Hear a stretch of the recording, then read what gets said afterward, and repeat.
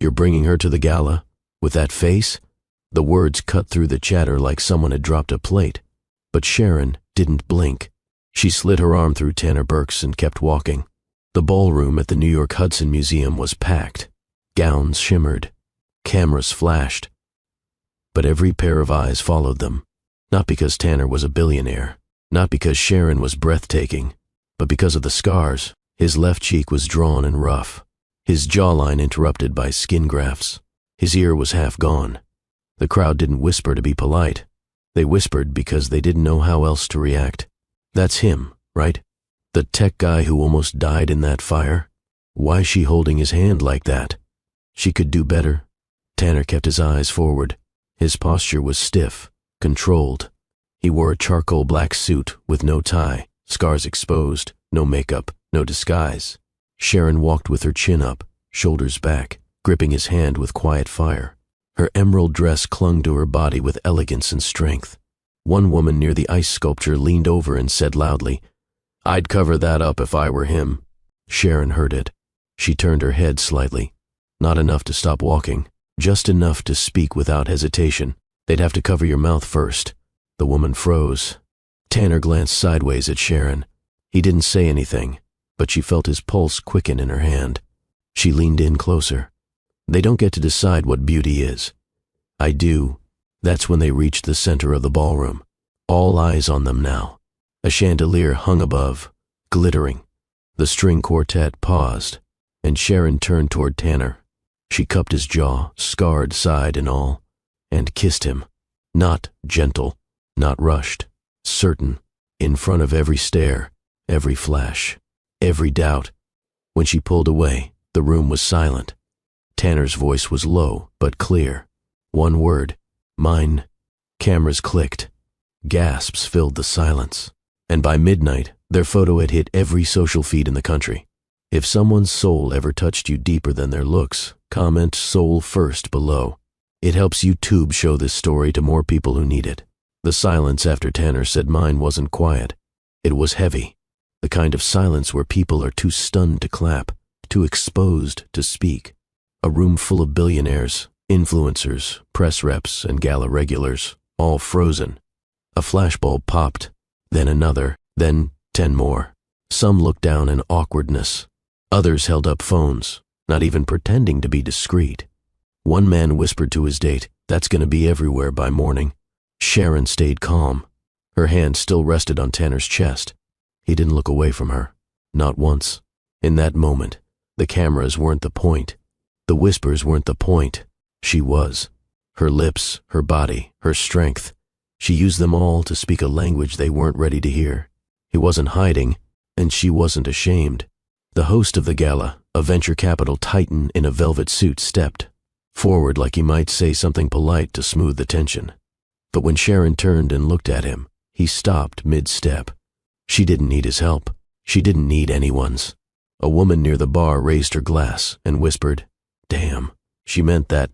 Across the room, a reporter from a business blog was already typing with one hand, texting an editor with the other. Tanner shifted his weight but didn't flinch. His face, the one everyone in that room tried not to look at too long, was finally in full light.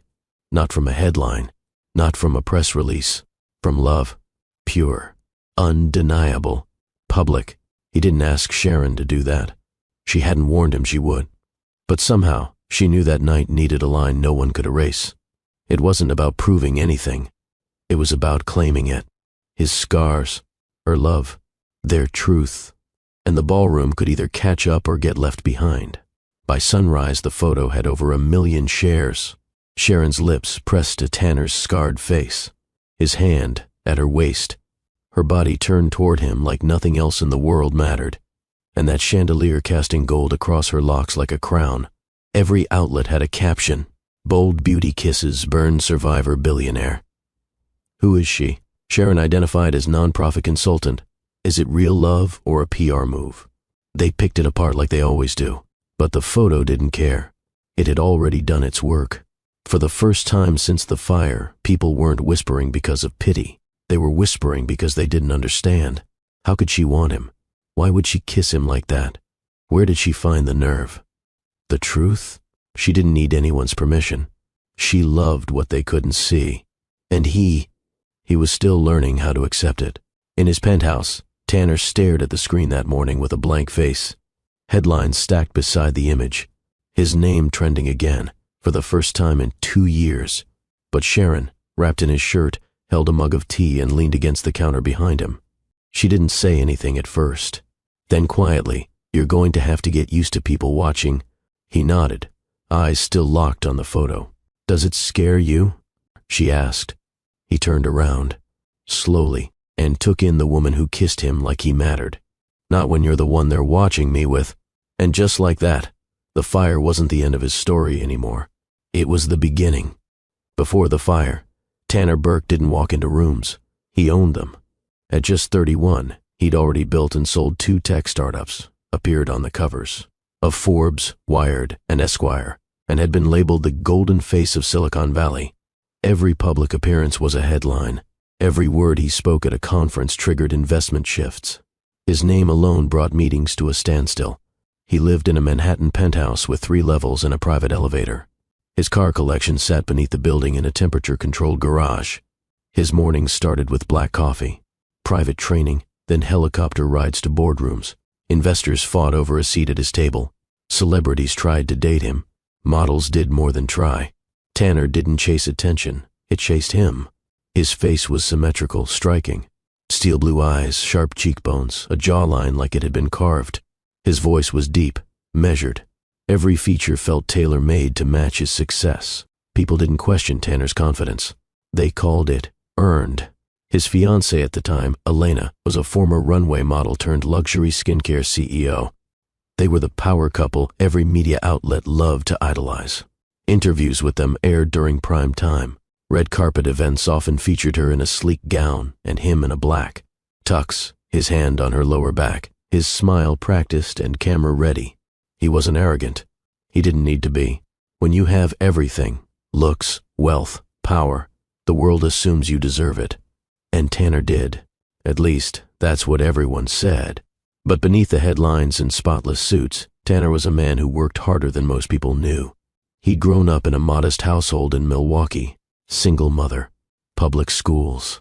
He learned early how to turn silence into strategy and how to make people listen without raising his voice. He built his empire with focus and discipline, not luck. At 31, Tanner Burke was untouchable until the conference in Colorado. Until the fire. The conference in Colorado was supposed to be a victory lap.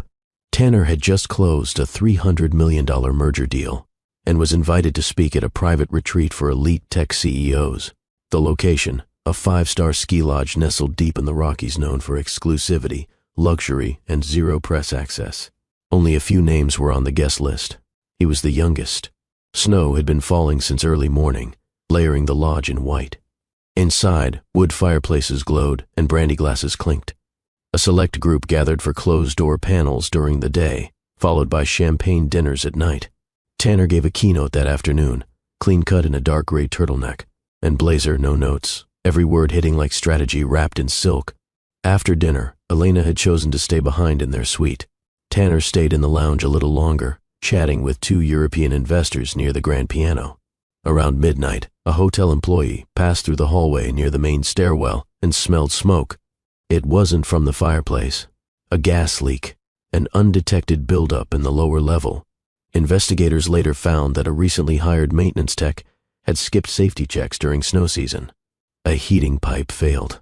By the time someone pulled the fire alarm, the explosion had already started. First a blast, then flames. Thick smoke poured through the vents. The lodge was old, designed for charm, not fast evacuation. Guests scrambled, some barefoot, others still in sleepwear. Screams echoed down the wooden halls. Tanner was trapped on the 2nd floor. He kicked open a locked door, threw his jacket over his face, and used his elbow to break the window. Glass shredded his skin. Heat closed in around him. Flames swallowed the hallway. He jumped, 15 feet into snow. He didn't remember the landing. Just the sirens, the blinding pain, the cold on one side and fire on the other. 6 people didn't make it out. Tanner did, barely. He was airlifted to a burn center in Denver. His body was intact. His life would never be. Tanner woke up 3 days later in the ICU. He couldn't speak. Tubes were down his throat. His left eye was sealed shut. The pain wasn't sharp, it was constant, a steady, crushing weight, like his body was locked inside a cage built of fire. The doctors didn't sugarcoat it. Third-degree burns covered the left side of his face, neck, part of his shoulder, and upper torso. They'd performed emergency skin grafts. His left ear was partially gone. His cheekbone had collapsed under heat trauma. His eyelid barely survived, stitched and swollen. He would need multiple surgeries. Months of recovery, years of therapy. They didn't say it directly, but he understood. He'd never look the same again. Elena arrived the second evening. She wore sunglasses indoors, said it was the migraine. She sat next to him, but didn't hold his hand, didn't touch him at all. When the bandages on his face were first removed, she stayed in the room, but her reaction wasn't love. It was loss. Her jaw clenched. She looked away before the doctor even finished. Tears welled in her eyes, but not the kind he needed. She whispered, "I need time." 3 days later, she was gone. Her assistant sent a text. "Elena's heart is broken. She needs space to heal. Please respect that." She didn't call again. That was when silence moved in. Tanner was transferred back to New York after a month. His team prepped a secure floor at a private rehab center. No visitors, no media, no interruptions.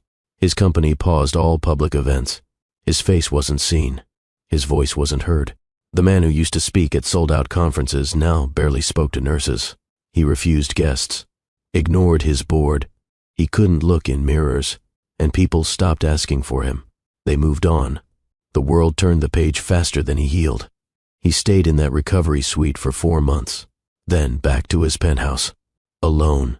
Surgeries continued, one after the other. Each one promised improvement, but never full restoration. And every night, he stared at the ceiling and wondered if there was any version of himself left to salvage.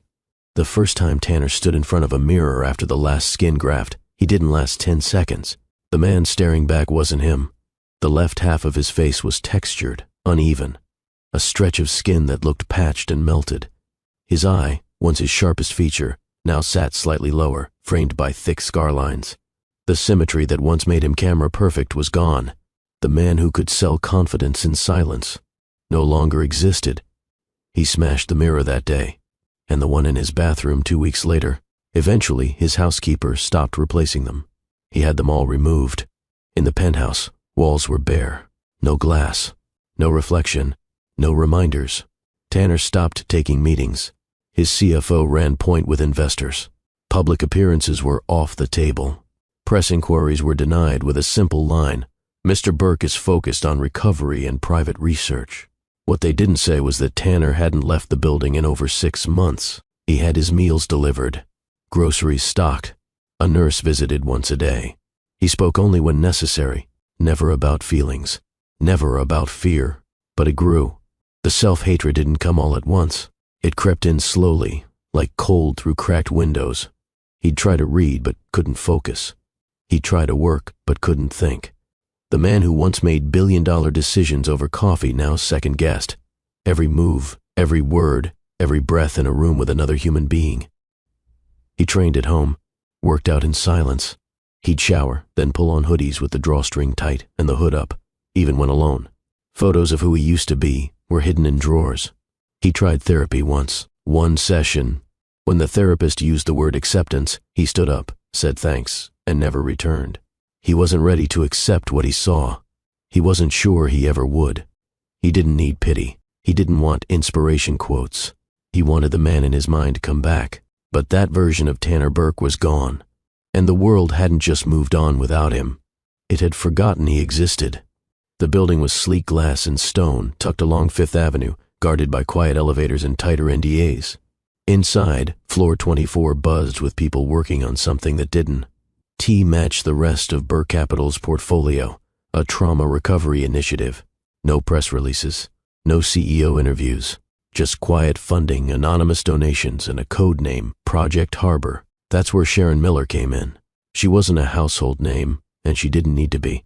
She'd built her credibility from the ground up, community-led mental health work in the Bronx, trauma counseling in shelters, and consulting with nonprofits that never had enough hands.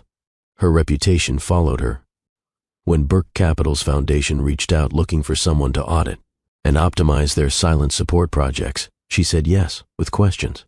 There was no mention of Tanner Burke in her interviews, no video calls, no handshake from a company rep, just a digital contract, a 7-week timeline, and a folder of files. She arrived on a Tuesday. No red carpet, no one waiting. She wore box braids pulled into a bun, wide-leg trousers, and a soft navy blouse with rolled sleeves. Her bag was worn, but clean. Her walk was steady. From the start, Sharon noticed the tension in the room. Not discomfort with her presence, discomfort with the project itself. People in suits whispered around the water cooler when her name came up. No one spoke plainly about who funded the work, and every time she asked for final sign-off on design decisions, the answer was always the same: the review team will get back to you. There was no actual team. There was one man behind the curtain. She just didn't know it yet. But he watched her from a distance, sometimes from the corner of the conference room, sometimes through security footage in the main office, not in a creepy way, more like a man watching a storm roll in and wondering if it would wreck him or wake him. He saw the way she moved, confident, but never loud, curious, not performative. She greeted everyone by name by day 2. Her notes were sharper than most of the analysts on staff. She had presence, and presence had always made him uncomfortable, until now. He was standing in the corner of the conference room, not sitting, not announcing himself, just watching. Sharon had been giving a presentation on survivor-centered funding models. Her voice was steady, her delivery clear, but she noticed him 5 minutes in. Hoodie, hands in pockets, one foot slightly back, like he was ready to leave. She didn't know who he was, but he didn't look like someone who was lost. He looked like someone who stayed hidden on purpose. Half his face was in shadow, and even from across the room, she could see the side that wasn't smooth. The healed skin caught the light differently. Tight, raised, lived in. No one introduced him. No one acknowledged him. They just kept looking down at their screens. Sharon kept going, but she saw him watching. After the meeting, the room emptied fast. Her team packed up files, and executives escaped with polite nods. Only he stayed behind. He didn't say anything. Sharon didn't rush. She collected her notes and paused at the table, pretending to double-check something, then looked up. He was still there. Same posture, same silence. She didn't flinch. She didn't glance away. Their eyes locked. Hers were warm, but direct. His were guarded, but alert. She raised an eyebrow slightly. Not rude. Just a simple question without words. You good? He didn't answer out loud, but his eyes blinked. Once, then twice. Like something had touched a part of him that hadn't moved in a long time. She gave a small nod, turned, walked out. No gasp, no judgment, no performance. She treated him like he wasn't a problem to manage or a ghost to ignore, and that unsettled him more than any of the stares he'd been avoiding for a year. In the elevator back to her office space, Sharon took a breath she hadn't realized she'd been holding. Her fingers brushed the edge of her notebook, where she'd scribbled something during the meeting. There's a man in the room no one dares speak to. She didn't know yet that he signed her contract, but she already sensed he wasn't invisible. Not to her. The hallway was quiet, dimly lit. Midday sunlight spilled in through the narrow window across from the elevator. Most people had stepped out for lunch. Sharon didn't like crowded break rooms, so she took the back corridor toward the side stairwell, tea in hand. That's when she saw him again. Same hoodie, same silence. He stood near the end of the hallway, leaning against the wall like he belonged to it. No movement, no phone, just him. She stopped a few feet away. Not startled, just observant. You're not as invisible as you think, she said calmly. Tanner looked up. The hood wasn't fully up this time. She could see the full curve of his jawline on one side. The other, rougher. Skin folded where flames had taken bone and smoothed it into something unrecognizable. He said nothing. She sipped her tea and shifted the folder in her arm. You sat through my entire proposal. Didn't blink once. Still nothing. Then, it was the only one that didn't feel rehearsed. His voice was low, tired, but not weak. Sharon tilted her head. That's the first time you've spoken to me. He shrugged. That's the first time you've said something that wasn't written. She smiled. Just a little. Touché. Silence again, but it wasn't awkward. It held room for breath. You run this floor? She asked, not pressing. He gave a half shake. Not officially. But you have final say. Another pause. Yes. She stepped closer. 1 foot. No sudden moves. You could have sent notes through your assistant. I don't have one. Well, she said, meeting his eyes again. Next time you want to test the truth in a room, just ask me directly. His eyes didn't drop. For the first time in months, they stayed on someone else's face and didn't twitch. She smiled again, turned, and walked off. That night, Tanner replayed the words in his head. You're not as invisible as you think. No one had spoken to him like that since the fire. Not his doctors, not his board, not even himself. She didn't talk to the man he used to be. She talked to the man still standing. Sharon didn't need confirmation. She already knew he was the man behind the funding. Not because anyone told her. No slips, no office gossip. Just instinct. It was in how people adjusted their tone when he walked by. The way the junior analyst never mentioned his name but glanced nervously toward the corner when she asked questions that mattered. Most of all, it was in his silence. People who've suffered deeply develop a quiet that's not empty. It's full of decisions. Tanner had that kind of quiet, and Sharon noticed. She started to track the rhythm of his presence.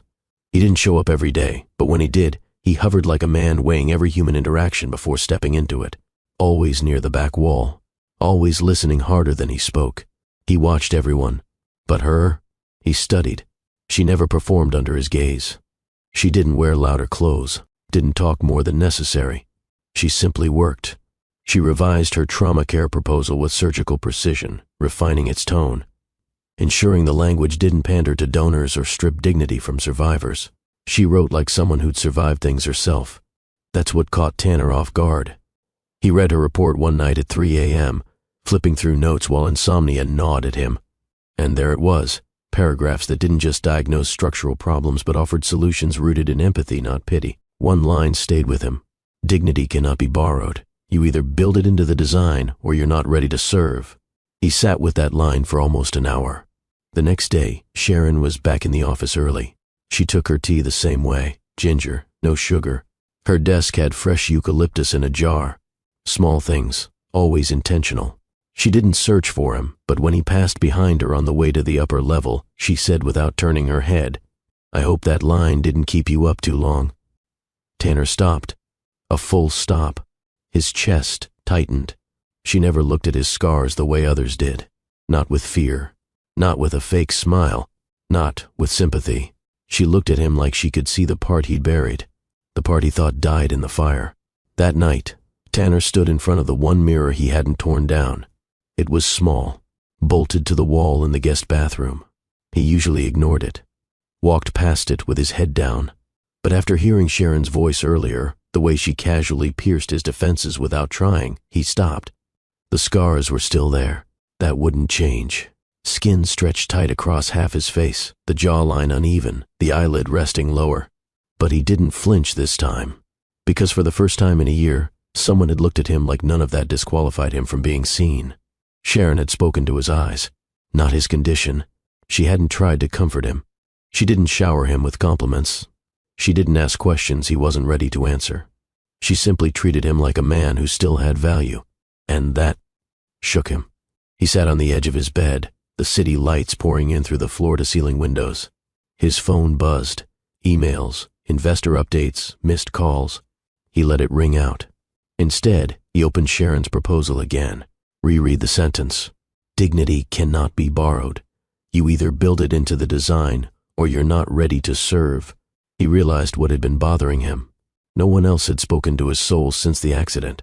No one tried, not even the therapists. They focused on healing the body, rebuilding the image, managing expectations. But Sharon? She saw something underneath.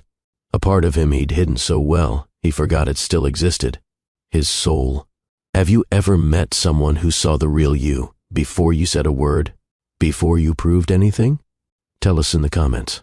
Your story could help someone feel less alone. And if this moment moved you, share it with someone who believes in real connection. Tanner didn't send a car. He took the train. Cap pulled low. Hoodie zipped to his neck. No entourage. No driver. Just him. A man who'd once made headlines now standing quiet among a crowd that didn't recognize him anymore. He exited on 125th, the heart of Harlem. Concrete streets buzzed with energy. Food trucks, churchgoers, musicians, teenagers shouting across crosswalks. Tanner kept his head down. His hands were tucked into his jacket, palms sweating despite the chill. Sharon's apartment was on the 4th floor of a brownstone that didn't pretend to be fancy. No doorman, no elevator, just brick steps, a blue-painted door, and the scent of something cooking down the hall. When she opened the door, the hallway behind her was dim but soft.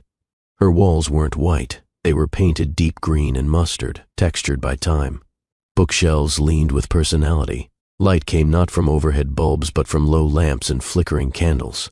Incense trailed from a holder by the window. She was barefoot. Her black off-shoulder sweater hugged her in the right places. No jewelry, no pretense, just clean skin, confidence, and calm. "You're early," she said, stepping aside to let him in. "You invited me," he replied. That earned a small smile. Dinner was already prepared. Roasted salmon, vegetables, brown rice with herbs. The plates were mismatched, and that made it better. She served ginger tea instead of wine. He didn't question it. They didn't sit across from each other at a long table. They ate at a small square one near the window, elbows almost touching. No background noise except a soft Marvin Gaye track playing from her record player. She asked about the project. He asked about her volunteer work. She told stories about youth shelters. He listened, and listened, not like an executive, like a man who hadn't heard real conversation in months. No small talk, no bragging, no business. She didn't ask about the scars. He didn't offer an explanation. By the end of the meal, something had shifted in the room, quietly, without force, not romance, recognition. Two people sharing space without fear. And for Tanner, that was rarer than anything money had ever bought. Tanner had been in hundreds of rooms, luxury hotels, boardrooms with glass walls, private jets, designer penthouses with art that cost more than most homes. But nothing had ever made him feel the way Sharon's apartment did. It didn't try to impress. It wrapped around him like a memory he couldn't place. The walls weren't bare. They told stories. Framed records hung beside photos of older black women, likely family, wrinkled, hands, knowing smiles, eyes that had seen struggle but never lost their light. A shelf near the record player held incense in tiny glass jars labeled by handwritten tags: sandalwood, lavender, clove, cedar. Tonight, sandalwood lingered in the air. Candles burned low in small brass holders, one near the bookshelf, one on the window ledge, two on the table. Their flames danced gently, throwing shadows across the room that didn't ask to be controlled. There was no television in sight. No bright screens, no gadgets humming in the background, just music, soft, slow Marvin Gaye. "I Want You," the kind of song that didn't just fill space, it held it. Tanner didn't realize how tense his shoulders were until he sat on the couch and felt them drop. Everything here was intentional, nothing rushed, nothing loud, just ease. Sharon moved through her space like she belonged in it, like every step she took had rhythm. She didn't fuss or check her phone. She brought over a folded blanket and offered it without asking if he was cold. He wasn't, but he took it anyway. "Most people decorate to impress strangers," she said, lighting another stick of incense near the window. "I decorate to survive my own silence." Tanner watched her closely, not the way men watched women out of habit, the way someone watches a flame, unsure if it will warm or burn. He glanced at the photo nearest the couch. A woman in church robes holding Sharon as a child. "My grandmother," she said, noticing his gaze. "She raised me. She looks like she didn't play around. She didn't, but she taught me how to be soft without being weak." Tanner nodded slowly.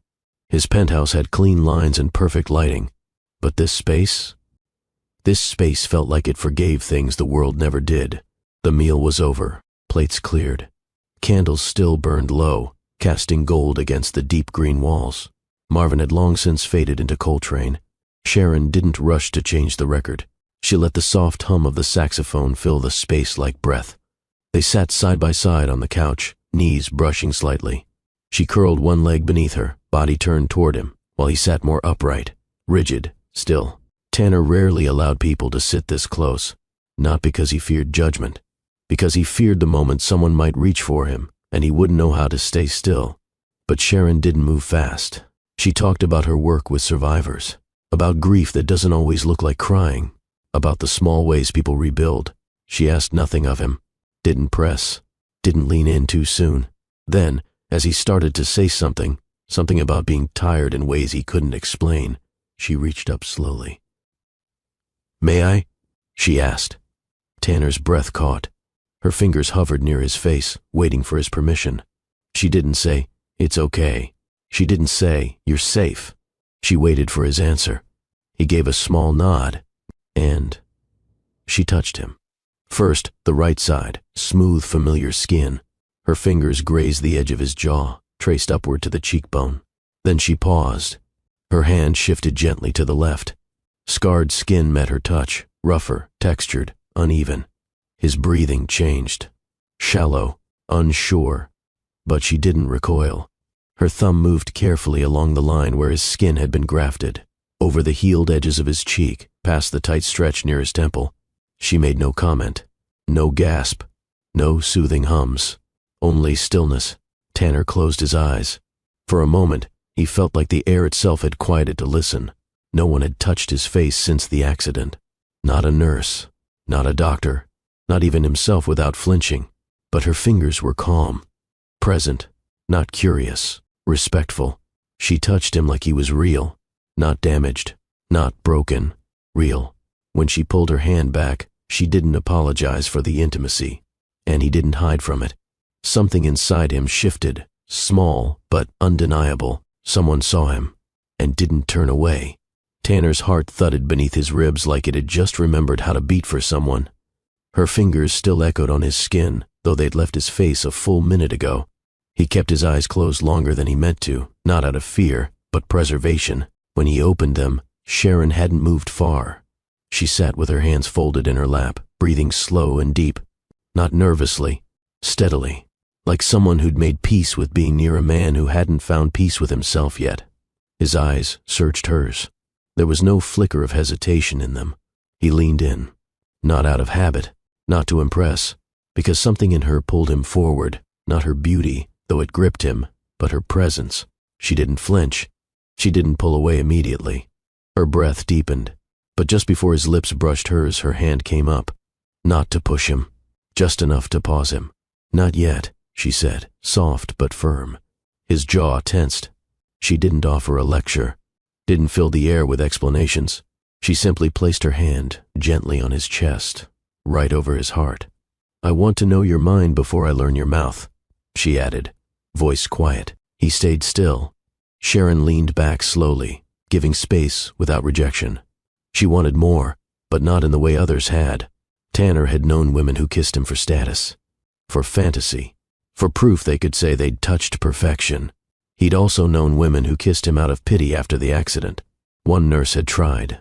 A friend's ex had hinted. But it always felt like charity hidden inside desire. This was neither.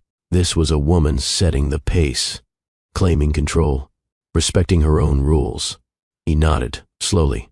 She smiled, but didn't soften it into flirtation. It stayed sharp, steady. "I don't kiss pain just because it asks me to," she said. That line stayed with him. All the way home, even in his sleep, it repeated like a chord he couldn't shake. She wanted him whole, not desperate. And that made him want her, in ways deeper than any kiss. They sat in silence for several minutes after she stopped the kiss. Not an awkward silence, a grown one, the kind of silence that follows a truth no one in the room tries to soften. Sharon rose from the couch and walked to the window. She didn't say much, just parted the curtains slightly and looked out at the Harlem streets below. Horns, footsteps, laughter from a nearby stoop. Life went on, even when two people sat suspended in something new. Tanner didn't follow her. He let her lead. She turned back around slowly and leaned against the windowsill, arms folded. "I know what people think when they see you," she said. "And I know what they assume when they see me with you." He kept his eyes on her. "But I'm not here to save anyone, and I'm not here to be seen." Her voice stayed level, unwavering. "I'm here because something about your quiet feels familiar, because you move like someone who's still bleeding but won't admit it." Tanner's chest tightened, but he said nothing. "I've loved before," she continued. Men with status, men with charm, men who touched my body and never reached my heart. She walked toward him, each step calm, measured. I've learned to want more than warmth between sheets. I want character that doesn't fade in daylight. I want someone whose silence isn't a wall, but a door.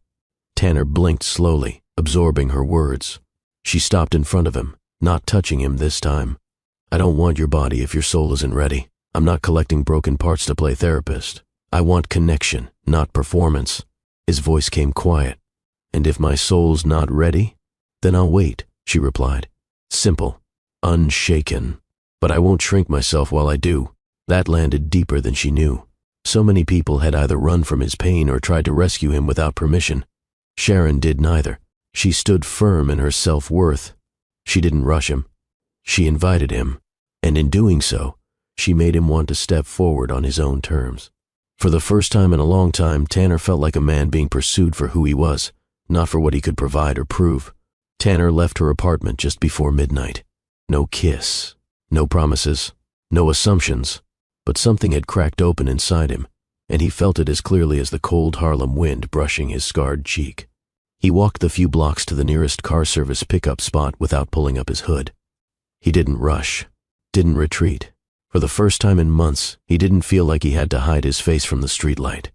The ride home was quiet. Back in his penthouse, the silence didn't feel suffocating. It felt paused, like the air was waiting for him to decide who he was going to be next. He poured a glass of water, sat by the window, and didn't turn on the TV. Instead, he let himself replay the night, the music, the warmth, the steadiness in her eyes, the feel of her fingers on his skin. Where others had only stared or avoided, she touched with calm intention. No hesitation, no performance. But it wasn't just her touch. It was her restraint. That moment, when he leaned in and she pulled back, echoed louder than any physical closeness could have. She saw his hurt. She felt his want, but she refused to let either define the pace, and that made him trust her. He hadn't trusted anyone since the fire. Not fully, not even himself. But Sharon had earned something without forcing it. Not access. Presence. Tanner stood, walked to the mirror in the hallway, the one he used to avoid, and looked. Still rough. Still uneven. But something in his reflection looked less alone. His shoulders didn't seem as heavy.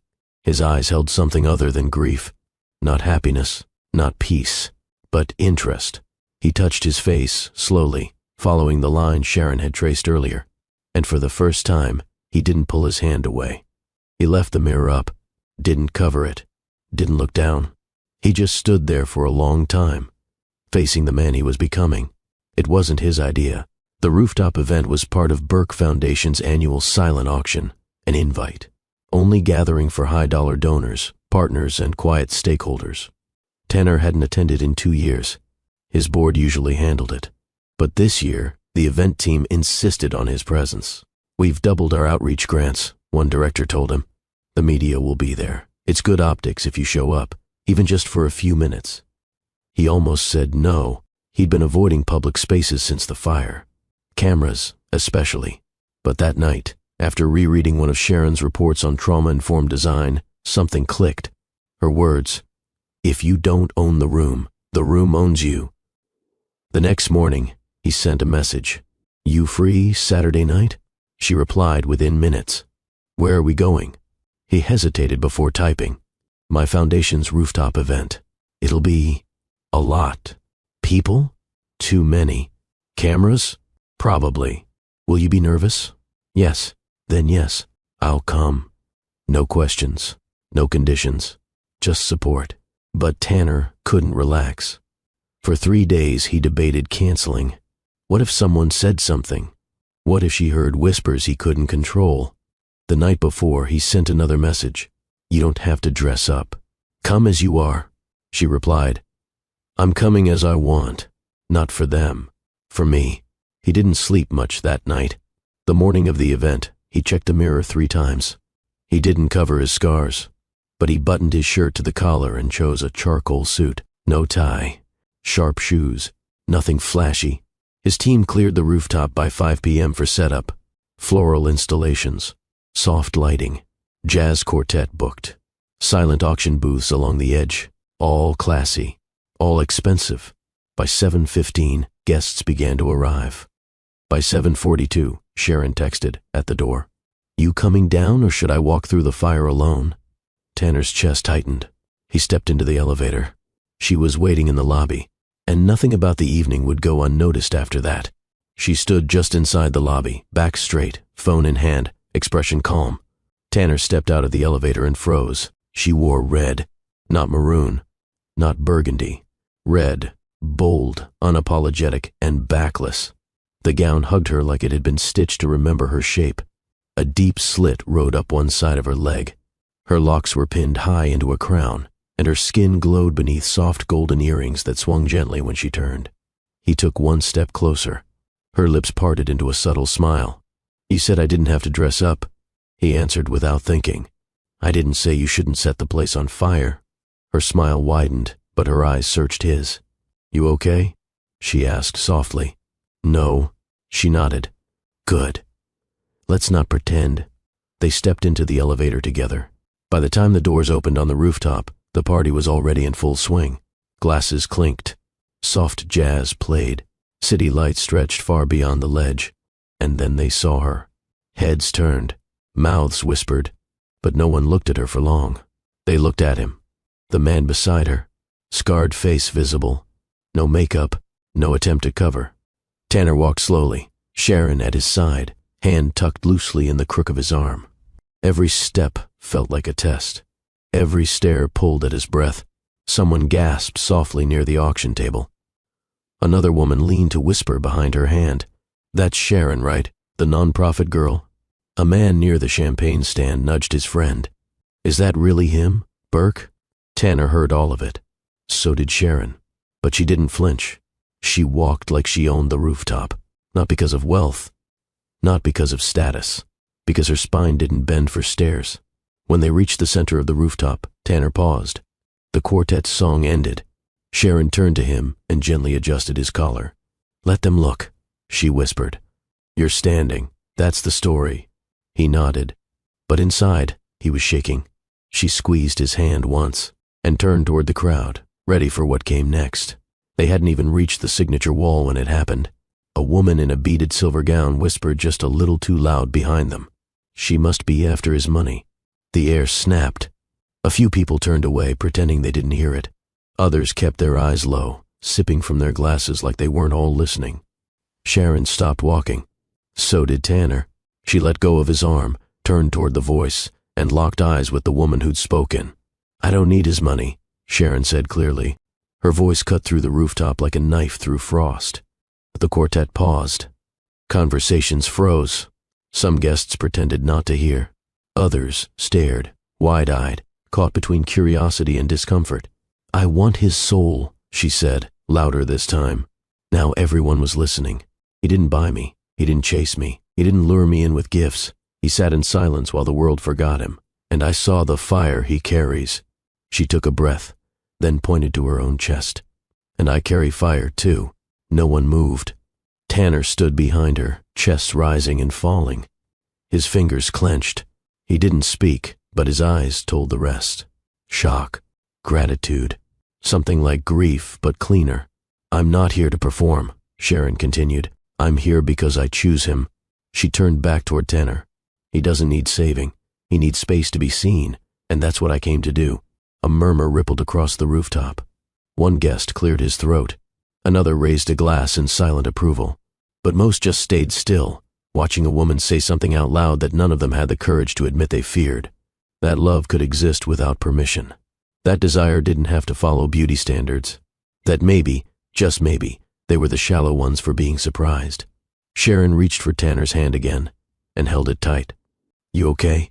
She whispered, now that the attention had shifted fully onto them. No, he answered again. Good, she replied, voice low. Means you're still feeling. They walked forward together, not quietly, not ashamed, but centered, and slowly the music resumed behind them. They made it to the far end of the rooftop. Past the lights, past the murmurs, past the performances. Tanner stood near the edge, hands gripping the cold metal railing, back turned to the crowd. The city stretched out in front of him like a sea of possibility he no longer believed belonged to him. Sharon stood beside him for a moment, silent. Then she stepped back, giving him space. He didn't speak, but she saw his shoulders rise and stay there, held breath, held pain, held everything. The hand that had confidently held hers now trembled. He dropped his head, not dramatically, just low enough to tell the truth. "I hate being seen," he whispered. Sharon said nothing. "I hate that I still care what they think." She stepped closer but didn't touch him. "I hate mirrors. I hate the way people look at me when they think they're being kind." His voice broke. "I hate that I can't control the memory of who I used to be." Still, she waited. "I hate that. I hate myself some days." The words fell out, and once they started, they didn't stop. "I didn't ask to survive. I didn't want to be the only one pulled out of that lodge. Sometimes I think the fire should have finished the job." His breath hitched. "I know that sounds—" "You're allowed to say it," Sharon interrupted gently. Tanner blinked hard. He kept his face turned away. He didn't want her to see the tears that now fell, silent and hot, cutting their own paths down skin already changed by fire. His shoulders shook. His hands gripped the rail tighter. "I don't know how to be this person," he said. "I don't know how to keep pretending I'm okay when every room I walk into reminds me that I'm not who I used to be." That's when Sharon stepped in. She didn't speak. She didn't rush. She walked up behind him and slowly, carefully, wrapped her arms around his waist from behind. A full embrace, not in pity, not in shame, but in love. And Tanner finally let himself fall apart. Sharon's arms wrapped around him, firm and steady. She didn't whisper it's okay, because it wasn't. She didn't say you're strong, because he didn't feel it right now. She didn't offer a single cliché. She just held him. Her cheek pressed against his back, eyes closed, breathing in rhythm with his until his chest began to settle. Tanner's hands loosened their grip on the railing. He didn't pull away from her touch. He didn't apologize. He just stood there, letting himself be held. It had been so long since anyone touched him without hesitation. So long since someone's presence didn't come with expectations or discomfort. Even after the fire, the doctor's hands were clinical. The therapist's words were structured. But Sharon? She didn't ask for a version of him that performed healing. She honored the version of him that was breaking. "You're allowed to feel all of it," she finally said, voice soft against his back. "The rage, the grief, the shame. None of it makes you less." He closed his eyes. The tears had stopped, but the weight lingered. "I don't know how to let go," he said. "You don't need to let go tonight. You just need to let me be here." She didn't need to carry him. She just wanted him to stop carrying everything alone. He turned around slowly, unsure, still shaking. But her eyes didn't shift. They looked straight at him, scarred skin, red-rimmed eyes, blotched jawline, and didn't move. No fear, no flinch, no softening her gaze to make him feel better. She saw him, and she stayed. Tanner looked down, then back up, his voice cracking as he whispered, "Why aren't you running?" She stepped closer. "Because I didn't show up for the version of you they miss." She placed her hand over his heart. "I showed up for the version you're still becoming." That broke something deeper than the tears. Not pain, relief. For the first time since the fire, someone had touched the part of him that still wanted to live. Not out of obligation, out of choice. The rooftop lights shimmered around them, but Tanner didn't notice anymore. He wasn't looking out at the skyline. He was looking at her. The woman who didn't flinch when he fell apart, who didn't try to patch him up with false comfort or smooth over the raw parts. She had stood there, arms around him, holding more than his body. She'd held his silence, his shame, his need to be known without having to earn it, and something in him shifted again. He stepped back slightly, not to create distance, but to stand fully in front of her. Sharon didn't speak. She waited. His eyes met hers. "You said you weren't here to save anyone." "I'm not," she replied. "But you showed up like someone who could." "I didn't come to rescue you, Tanner. I came to see if there was something worth standing next to." He let out a quiet breath. "And I'm still standing, aren't I?" That made him smile. A small one, but real. She reached up and touched the edge of his jaw. This time, not just the healed skin, but the place where fear still lived. Her fingers were soft, but her presence was firm. "I don't need perfect," she said. I don't have that to give, he admitted. She nodded. Then we're even. The music in the background had faded again. People had gone back to their mingling, but a few still glanced their way. This time, Tanner didn't shrink from it. He didn't hide his face behind her shoulder. He stood beside her, straight, scarred, still healing. And yet, something about the way he looked at her now made her pause. Are you scared? She asked. He nodded. But I'm also here. He offered his hand, not out of obligation, not for a photo, but as a man choosing to share his next step with someone who already knew where his pain lived. Sharon took it. No hesitation. They walked back toward the crowd, not needing to speak. Their silence said everything. It wasn't about being fixed. It was about being chosen by someone who understood that broken doesn't mean unworthy. It means real. They didn't plan it. There was no dramatic kiss in the elevator. No hotel suite waiting with champagne and petals. It wasn't like that. It was the quiet ride home. The way Sharon didn't ask if he was okay, because she already knew the answer. The way Tanner didn't pretend to be fine, because with her, he didn't have to. Back at her apartment, she opened the door and stepped inside first. She didn't dim the lights. She didn't need the room to be dark for him to feel safe. He followed her in and paused near the entryway. She turned slowly and looked at him. They stood there, facing each other. The silence wasn't heavy this time. It was honest. He took a step closer, then another. She didn't move, didn't pull him, didn't lead him. She waited, patient, steady, until he was standing in front of her. He lifted his hand, slowly, and touched her shoulder. Her skin was warm, soft, real. She leaned in. And this time, when he kissed her, she didn't stop him. Their mouths met gently at first, testing the space between want and fear. Then it deepened. Slower, more certain, not rushed. He slid his arms around her waist and pulled her into him. She let her hands travel up his chest, stopping where his breath caught. They broke the kiss. She whispered, "Are you ready?" Tanner nodded. "I've never wanted anything more." She reached behind her neck and pulled her dress down with one smooth motion. Red fabric pooled at her feet. No hesitation, no words. She stepped toward him again, bare, beautiful, and completely unbothered by the scars he carried. She reached for his shirt, unbuttoned it one at a time. Her fingers brushed over the skin of his chest, scars on one side, muscle on the other. She didn't look away. He let her undress him, not like someone giving up control, but like someone learning to trust touch again. There was nothing rehearsed in their movements, nothing staged, only presence, only want, only two people standing in the most vulnerable version of truth they'd ever stepped into. Tanner stood still, shirtless, exposed. He'd been seen before, on stages and headlines under surgical lights, but never like this. Sharon stepped closer, her bare feet silent against the wood floor. She didn't rush. Her eyes held his, steady, focused. Her hand rose slowly, fingers brushing against the side of his face, the untouched. Side first, where his skin still held the symmetry he used to see in magazines. But then she turned her palm and moved to the left, the side he avoided in every reflection. Her thumb traced the skin along his jaw. She moved higher, touching the uneven line above his cheekbone, then paused near the edge of his ear. Tanner's breath caught. She leaned in and kissed it. Not a quick kiss, not a pity kiss, a declaration. She kissed the ridge across his temple, then moved lower, mouth trailing, softly over the raw, grafted skin that once brought him shame. "You're beautiful here," she whispered, lips brushing his neck. He tensed, but she didn't stop. She kissed down to his shoulder.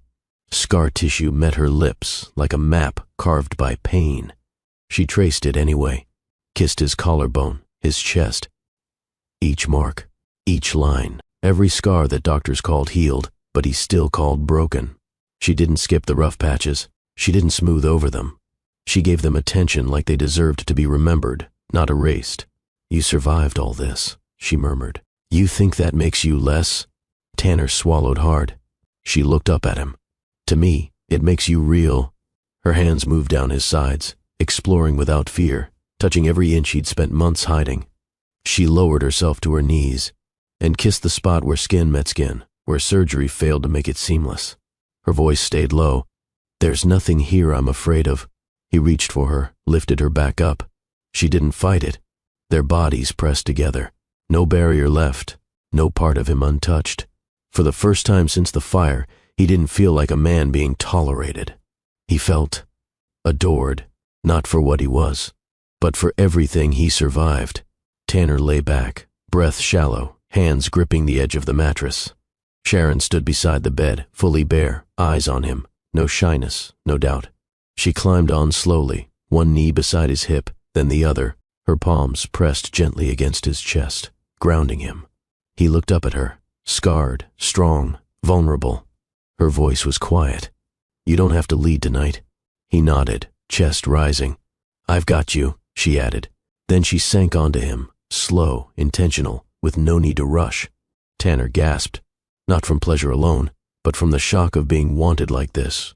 She moved above him, rhythm deep and steady, hands on his chest, her head tilted slightly back, eyes closed for a moment, not to escape, but to feel. Her body pulsed around him with warmth, not urgency.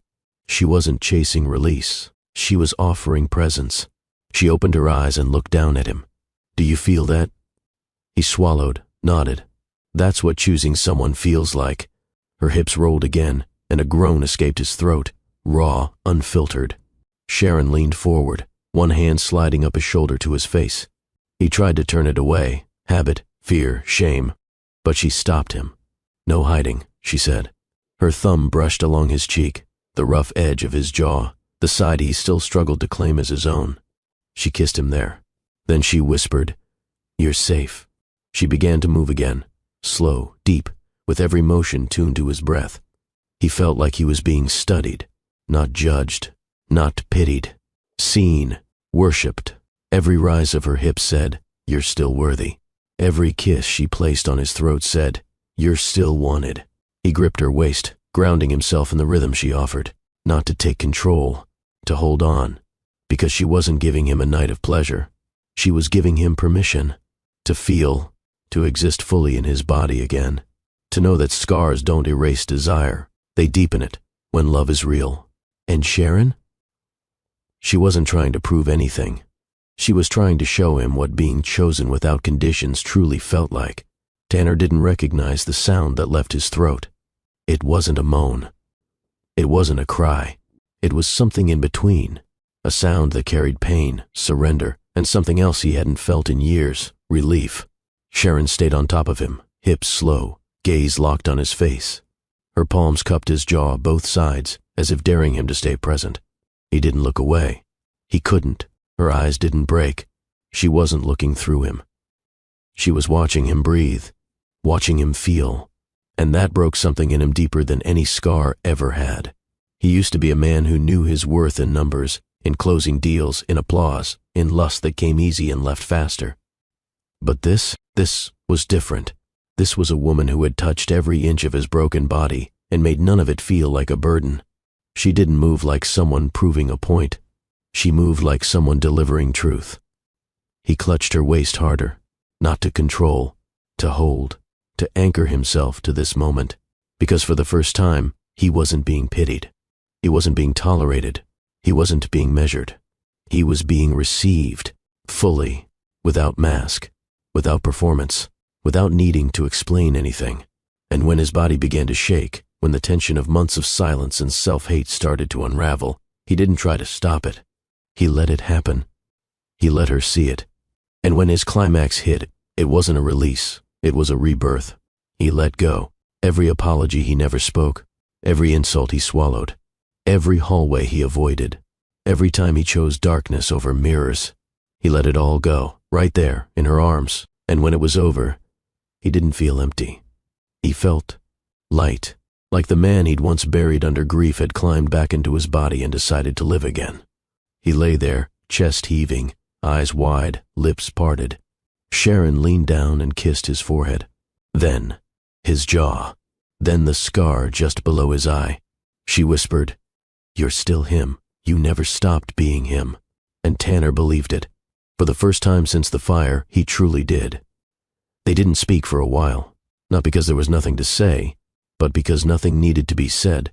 Sharon lay beside him, head resting on his chest, her fingers tracing slow, absent-minded circles over the center of his torso, the place no blade had touched, no fire had marred. Tanner stared at the ceiling, hand resting lightly on her back, breathing deeply. He felt like his body had finally stopped fighting itself. The war had been quiet, but it raged every day, between what he saw in the mirror and what he used to believe about himself. Now, for the first time since the flames, there was stillness. Not numbness, stillness. His body wasn't bracing. His mind wasn't spiraling. He was here, present, whole. Sharon shifted slightly and looked up at him, her cheek still against his skin. "Where'd you go just now?" Tanner blinked slowly, then turned his head. Back inside. She smiled softly. "Good. I want you to stay there." He nodded. "I don't want the version of you that performs," she said gently. "I want the one who breathes like this." He looked at her, voice low. "Even when I fall apart again. Especially then." She placed her palm over his heart. "You're not just body," she whispered. "You're breath, thought, presence, fire. You're more than anything the world could ever photograph." He took her hand in his and kissed her palm. It wasn't for show. It wasn't sexual. It was sacred. A thank you, not just for the night, but for seeing him in a way no one else had dared to. She lay her head back down, and they stayed like that, two people wrapped in each other without need or obligation. No masks, no myths. Just a scarred man and a fearless woman building something quiet and real between their skin and their spirits. Tanner closed his eyes. Not to escape, to rest, to live, to start again. Not as a survivor. As a man loved completely, because of his truth, not despite it. The candle on Sharon's dresser had burned low, its flame barely flickering now. Outside, Harlem was still awake, sirens in the distance, a dog barking down the block, laughter echoing off brick walls. But inside, time felt suspended. Tanner lay on his side, watching her breathe. He hadn't said much in the last hour, not out of discomfort, but reverence. Sharon had shifted in her sleep, arm curled beneath her head, hair cascading softly across her pillow. Her bare shoulder rose with each breath, calm and sure. He reached for the edge of the blanket and tucked it around her waist. There was no performance left in him, and he didn't miss it. The man he used to be, polished, in control, measured, had its place. But the man she met tonight? That man was honest. He wasn't built for press conferences or camera angles. He was built for moments like this, moments where he could be touched without recoiling, seen without shrinking, held without having to earn it. Sharon stirred slightly and opened one eye, groggy but smiling. "You still here?" Tanner nodded. "I'm not going anywhere." She reached for his hand under the covers, and he let her hold it. They didn't need to say more, because tonight wasn't about perfect words or grand gestures. It was about truth. And the truth was, love doesn't always come wrapped in symmetry or perfection. Sometimes it finds you in the middle of wreckage when you've stopped trying to impress anyone. Sometimes it whispers through scars. And sometimes it shows up in a woman who sees your soul before she ever touches your skin. If you believe real love is deeper than skin, hit the like button now. Comment real, sees real if someone has ever loved you through your brokenness. And share this video with someone who still believes that scars don't cancel love. They confirm survival. The rooftop photos hit the blogs before breakfast. The kiss, the scarred cheek, the red dress, the grip of Sharon's hand around Tanner's. By 9 a.m., every entertainment site had posted it. By noon, it reached financial platforms and gossip columns alike. The billionaire behind the burned beauty and the burned. Is it real love or just redemption optics? Why did Tanner Burke bring a civilian to the gala? Who is Sharon Miller and what does she want? The tone was clear, mockery dressed in curiosity. A viral clip from the rooftop party, taken from someone's phone, caught her saying, "I want his soul." It was replayed 1,000 times over. Some praised it, but most dissected it. Too dramatic. Sounds like she's performing. She's brave, but come on. Is he a project or a partner? They called her bold. They called her desperate. They called her strategic. And worst of all, they called him a sympathy story. He used to date models, one podcast host scoffed. Now he's showing up with a nonprofit girl from uptown who kissed him in front of flashbulbs? PR move, clearly. That one went viral. Clips of Tanner walking beside Sharon, uncovered, exposed, became memes.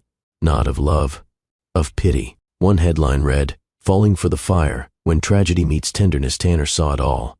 The staff tried to filter his alerts. His assistant disabled news pings, but it was too late. Even board members reached out. Maybe lay low, let it blow over, rebuild carefully. He didn't reply. He sat in his penthouse, phone in hand, staring at himself in the image. Frozen. Mid-step, face visible, posture strong, but reduced to a headline punchline. He felt the old weight again. That familiar shame. The voice in his head whispering, "They're laughing at you." And then he remembered the night before. Sharon's breath against his chest. Her fingers on his scars. Her voice whispering, "You're still him. You never stopped being him." But the internet didn't care. It didn't want intimacy. It wanted a story. One it could rip apart. Sharon didn't say anything at first. She watched the headlines roll in with practiced calm. She saw the memes, heard the voiceovers, read the armchair psychoanalysis from strangers who'd never known real intimacy, yet had plenty to say about what love should look like. She let them talk for a day. Then she opened her phone and tapped record. No filters, no makeup, just her, bare shoulders, natural light, the faint sound of a jazz record spinning in the background. She looked directly into the camera and began. "Let's get something clear." Her voice was calm, direct, unshaken. "I didn't fall for a billionaire. I didn't fall for a headline. I fell for a man who survived what would have destroyed most people, and still woke up every day choosing to stay." She paused. "They call it brave. They call it a stunt. They call it anything but what it is." She held up a photo, one that had already made its rounds online. It was her hand on both sides of Tanner's face, holding him during the rooftop kiss. "I don't need his money," she said. "I've built myself without it. I don't need a spotlight. I've spent most of my life trying to avoid one. What I needed was someone who didn't flinch when I spoke about pain, who didn't shut down when I stood my ground, who let me see all of him, and didn't run when I saw the broken parts." Another pause. And he gave me all of that. With scars, with silence, with truth. Then she closed with this. "I didn't kiss him to make a statement. I kissed him because love, in its truest form, doesn't require permission. It only requires presence." She posted it with a caption that read, "I fell for his mind, his morals, and his scars. If you can't handle that, unfollow." Within hours, the post exploded. Celebrities reposted it. Activists praised it. Men who had once hidden their injuries or insecurities sent messages. Women flooded her comments with stories of loving beyond appearance. And just like that, the energy shifted. What had started as ridicule began to feel like recognition. By morning, Sharon's post had over 600,000 likes. Not boosted, not branded, just real. The comments were no longer jokes. They were confessions. "My husband has burn scars too. I've never seen him feel safe until I showed him this. I've hidden my face in every photo since my accident. But tonight, I showed my daughter a picture of me without the cover-up. Because of you, this isn't about beauty, it's about love. And I'm tired of pretending the world gets to define either." The narrative began to fracture. On talk shows, guests quoted Sharon's video. Hosts called it a rare act of grace in a digital space built for judgment. A thread from a psychology professor went viral. When a woman publicly affirms the value of a man who's been visibly wounded, it threatens shallow social conditioning. That's why it draws hate, because it redefines worth. Even the gossip blogs couldn't ignore the shift. Headlines changed. Is this the love story we needed? From disfigurement to devotion, the romance redefining standards when vulnerability goes viral, Tanner noticed. He didn't say anything at first, just stared at the screen. There, on the same internet that mocked him, people were starting to listen, not just to her, to what she saw in him. In his inbox, messages trickled in from veterans, burn survivors, amputees, stroke victims, people who had lost pieces of their faces, their bodies, their marriages, and were now finding pieces of their courage again. She reminded me I'm still someone's person. If he can be loved out loud, maybe I can be touched again. Even in silence, support spoke loudly. And Tanner? He didn't know how to process it all, but he felt something begin to lift. Not the scars, not the pain, but the pressure to hide both. Sharon hadn't argued with the world. She simply told the truth and let it stand. And in a world used to airbrushed love and PR fairy tales, honesty hit harder than all the spin combined. It wasn't a photo shoot. It wasn't an event. It was breakfast. Tanner sat across from Sharon in a quiet corner cafe in Washington Heights. Hoodie down, coat unzipped, sunlight falling directly on his face. She said something about a documentary idea she had, something bold, messy, and rooted in community healing. And he smiled. Not half a smile. Not the kind he used to give investors or cameras. A real one. Wide. Relaxed. The waitress saw it and froze for a second. Not out of rudeness, but surprise. She recognized him. Everyone did now. But the man in front of her wasn't the wounded billionaire from the headlines. He was laughing. Openly. Sharon noticed it too. You do realize you haven't smiled like that in any of your interviews, ever? He shrugged. I wasn't laughing in any of them. Still not the point. He leaned in slightly. So what is that you're letting joy show? He paused. Looked down for a moment. Then back up. I didn't know I still had that in me. She reached for his hand on the table. It never left. You just stopped trusting the world to deserve it. And maybe she was right. In the days following her viral post, Tanner found himself doing things he hadn't in over a year. Opening the blinds. Walking into rooms without scanning for the nearest exit. Leaving the scarf at home, even on cold days. One afternoon, a little girl with burn scars on her arms approached him in the park. Are you the man who kissed the pretty lady? He smiled again, nodded. She said you were brave. He bent down to meet her eye level. She was right. Her mother mouthed thank you with tears in her eyes as she pulled her daughter gently away. And Tanner? He stood there for a moment, smiling, because someone had seen him, not in spite of the fire, but because he survived it. And the man they'd buried under judgment, pain, and silence was finally learning how to breathe again, with his head high and a grin he no longer had to fake. It started subtly. A comment from a young startup founder under Sharon's video. Burke's early investments helped my company survive. He never took credit. Then another. He funded a trauma recovery center in Newark. Quietly, no press. The stories spread like threads, slowly weaving a new picture of Tanner, one not framed by tragedy, but by quiet impact. Podcasts began featuring former employees who spoke not of his face, but his character. He showed up to work at 5 a.m. every Monday. Not to micromanage, to listen. He paid tuition for 2 interns after seeing how hard they worked. Never said a word. People who had gone silent during his retreat suddenly started remembering who he was before the fire, and who he remained after it. Not the man who disappeared, but the man who endured. And Sharon? She didn't boast. She didn't repost every praise-filled article. She just kept showing up, kept holding his hand in public, kept kissing his scars like they weren't something to work around, but a part of the man she loved out loud. When Tanner finally returned to the Burke Foundation offices for a meeting, his staff stood up when he walked in, not out of obligation, out of respect, and they didn't look away. One young coordinator approached him after the meeting ended. I was scared to talk to you before, she admitted. Not because of how you look, but because I didn't think I was important enough. Tanner blinked. You looked so untouchable back then, she continued. Now, you feel real. He didn't deflect, didn't joke. He just nodded and said, thanks for still being here. From that moment, things shifted permanently. The media couldn't spin it anymore. The man once mocked for showing up scarred had become a mirror, reflecting what people were afraid to admit. That beauty fades, but presence doesn't. That pain can harden or soften you. And that love, when rooted in truth, makes everything around it bend, even public opinion. Tanner's story wasn't just about scars. It was about what society does when someone no longer fits its narrow mold of perfection. Before the fire, people idolized him, his tailored suits, his sharp jawline, his flawless public image. He fit their fantasy of success. After the fire, he was the same man, but the outside no longer matched the image people were comfortable praising. So they turned away. But when Sharon saw him, she didn't see someone broken. She saw someone who survived. She didn't try to fix him.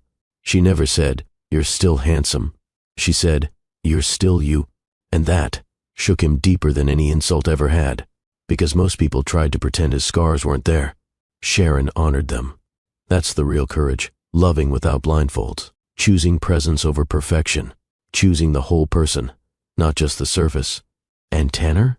He found strength in letting go of the performance. He stopped adjusting his posture to hide one side of his face. He stopped apologizing when children stared. He stopped ducking out of rooms early. He learned that visibility wasn't the enemy. Shame was.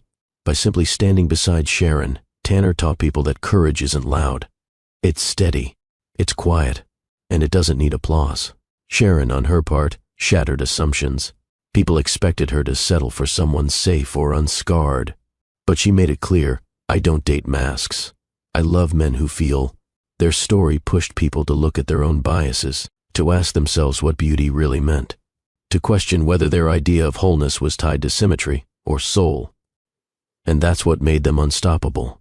Not the photo shoots, not the trending tweets, but the truth. Love that begins with appearance is fragile.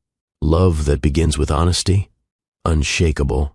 Sharon's fingers curled around the edge of the hospital bed, breath sharp, sweat soaking her curls as her body worked to bring life into the world.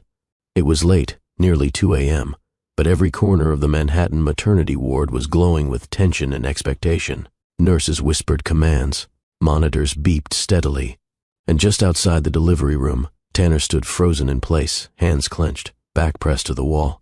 He had never been more terrified in his life. Not during the fire, not during the surgeries, not even when he'd first looked in the mirror after they peeled off the gauze. This was different.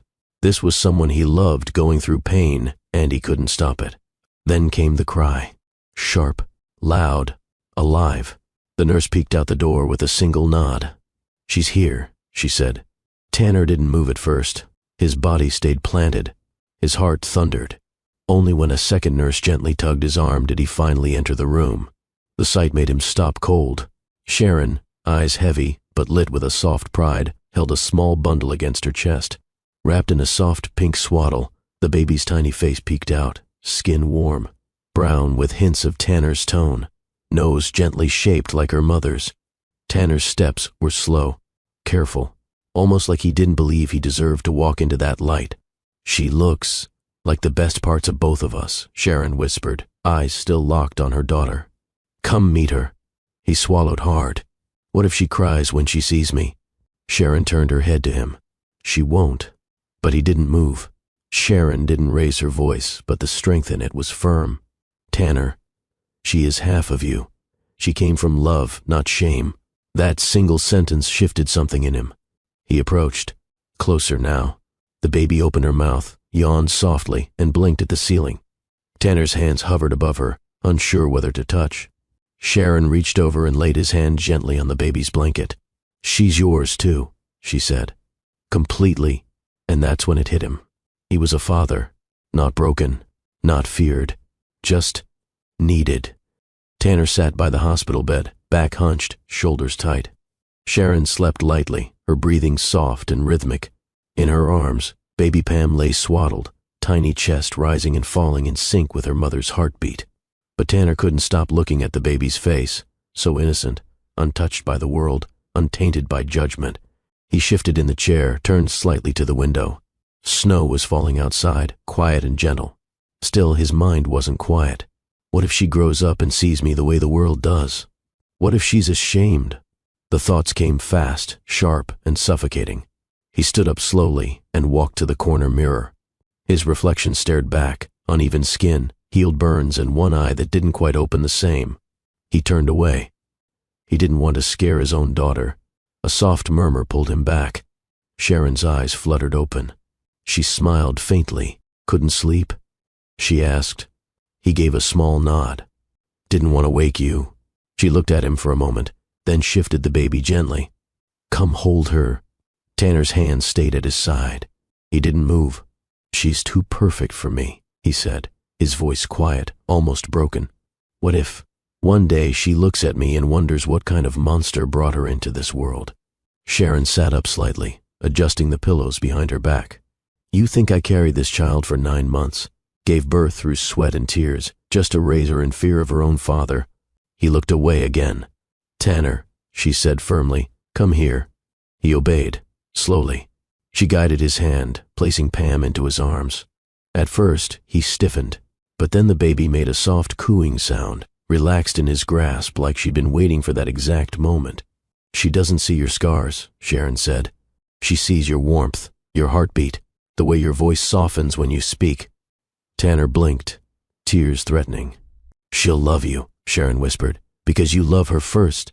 For the first time in his life, Tanner didn't feel judged. He felt chosen. Tanner sat in the hospital's cushioned armchair, cradling Pam close to his chest. Her warmth soaked through his shirt. Her tiny breath tickled the side of his neck. But despite the peace in his arms, his thoughts churned with fear. He glanced down at her sleeping face, then looked at Sharon, who watched him silently from the hospital bed. "She's going to ask questions someday," he murmured. "Kids do. What if she asks why I look different, why people stare?" Sharon didn't rush to speak. She let his words settle before answering. Then she reached for his hand, the burned one, and traced its edge with her fingertip, the same way she had the first night they shared her apartment. "She's going to ask," Sharon said softly. "And I'm going to tell her the truth." Tanner braced himself. "I'll tell her you walked through fire and lived, that when your world fell apart, you stood up anyway, that your face may have changed, but your soul never did." He looked at her, unsure. "I'll tell her her father is strong, gentle, and loves with a heart deeper than most people can ever imagine." Tanner's throat tightened. His voice cracked when he spoke. "What if that's not enough for her?" Sharon leaned forward, placing her palm over his heart. "She'll love you because of you," she said, steady and clear. "Not for perfection, not for smooth skin, but because every day she looks at you, she'll see someone who chose love over shame." He lowered his head, resting his lips against Pam's forehead. She stirred, but didn't wake. "I don't know how to be a father," he whispered. Sharon smiled. "That's okay, you'll learn, but the love you've already given her in silence, that's what matters." He blinked fast, holding back emotion. "You really believe that?" "With everything in me." Sharon reached for his other hand, laced her fingers through his. "She was born of love, Tanner, and she's going to grow up surrounded by it. We're her mirror now, so let's show her what grace looks like." Tanner nodded slowly. For the first time in years he believed he could. Tanner stood in the nursery at 3:14 a.m., rocking Pam in his arms with a rhythm he never knew lived in him. She had been crying moments earlier, but now, nestled against his chest, she was calm again. The soft hum of the white noise machine filled the dimly lit room. The stars on her mobile spun slowly above the crib, casting tiny shadows on the wall. Sharon was asleep in the other room, drained from breastfeeding and endless diaper changes. Tonight was Tanner's turn, and he wanted it. He rubbed small circles on Pam's back, whispering, "You're safe. You're loved. You're mine." Pam yawned, her tiny lips parting slightly. Her head found the crook of his neck. He closed his eyes. This wasn't a boardroom. There were no shareholders to impress, no headlines to fight, just him and his daughter, and a silence that felt like healing. Later that morning, Tanner sat cross-legged on the playmat, watching Pam attempt to crawl for the first time. She face-planted into the blanket and let out a confused grunt. Instead of panicking, he chuckled. "That's okay, baby girl. Try again." Pam looked up at him, and when she saw his smile, she broke into one of her own, gums and all. She tried again. Tanner didn't realize Sharon was watching from the hallway. Her phone recorded the moment silently, not for social media, just for memory.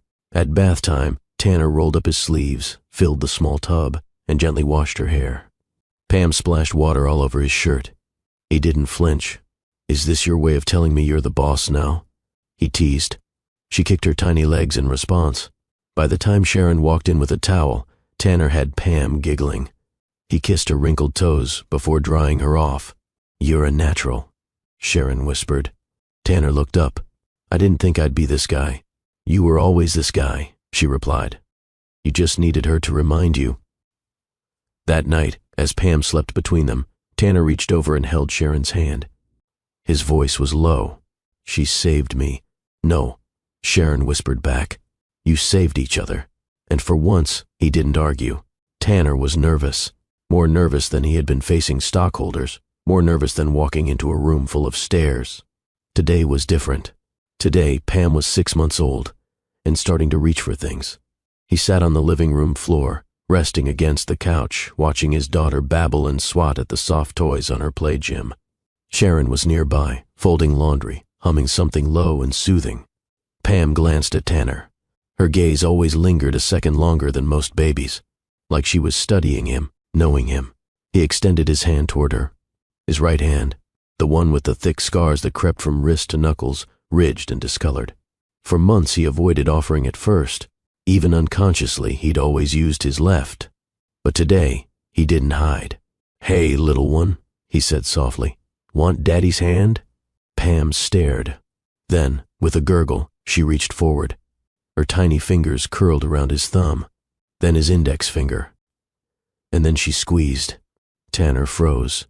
She didn't pull away, didn't hesitate. She held on. Tears stung his eyes. He wasn't the type to cry often. He'd been trained to endure, to push through, to present control. But that single touch, so innocent, so fearless, broke every wall left standing in him. Sharon walked over, dropped the folded onesie, and kneeled beside them.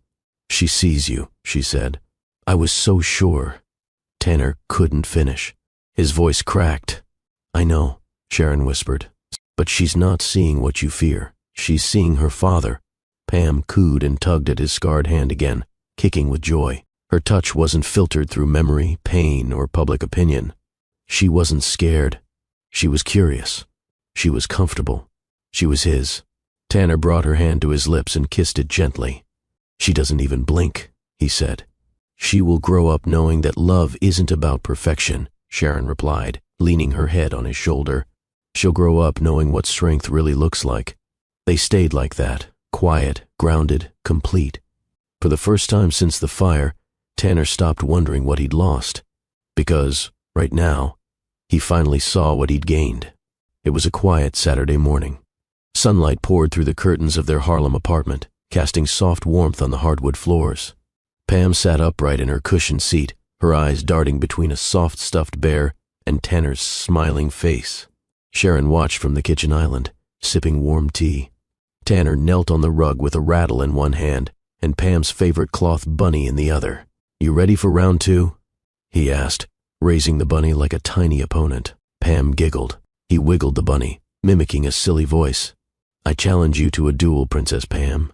She laughed louder. Tanner threw his head back, laughing too, a sound so full and deep that Sharon's heart skipped. That laugh hadn't existed 2 years ago. Not after the fire. Not when he'd covered every mirror. Not when the world mocked him for even showing up. But now he was free. Not from the scars, but from the shame. He tossed the bunny into Pam's lap, and she grabbed it, squealing with joy. Sharon walked over, knelt behind Tanner, and wrapped her arms around him. "You let it in," she whispered. He leaned back into her. "I didn't know joy could feel this light. You earned it."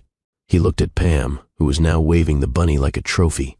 "You know, for the longest time, I thought the fire ruined me." Sharon pressed her lips to his cheek. "It didn't ruin you, Tanner. It revealed you." He nodded, slowly, then said, "I feel proud, not of what happened, but of who I am now. I've stopped hiding." Pam wobbled in her seat, almost toppling forward, and Tanner caught her with one hand. "Easy, champion. You're not flying yet." He picked her up and cradled her against his chest. She curled into him naturally, her head resting on his heart. Tanner closed his eyes.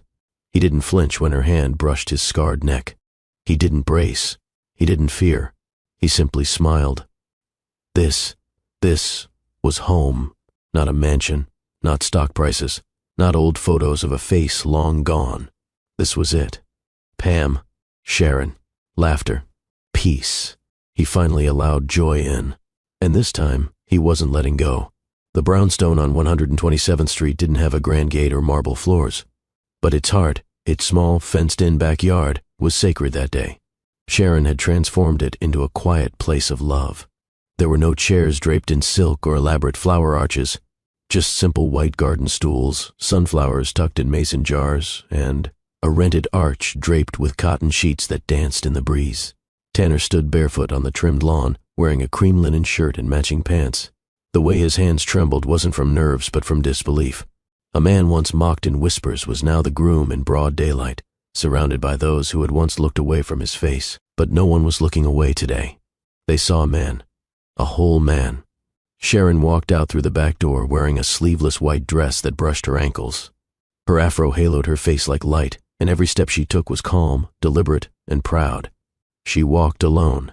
No father giving her away. No tradition binding her. She was walking to the man who had already earned her. The guests, mostly neighbors, non-profit colleagues, and a few close friends, stood quietly. No one cheered. They were holding their breath. Pam, now walking well on her own, followed behind her mother in a soft, yellow dress, holding the hem of Sharon's gown with both little hands. Tanner's eyes locked on both of them, and his knees almost gave out. This wasn't just a wedding.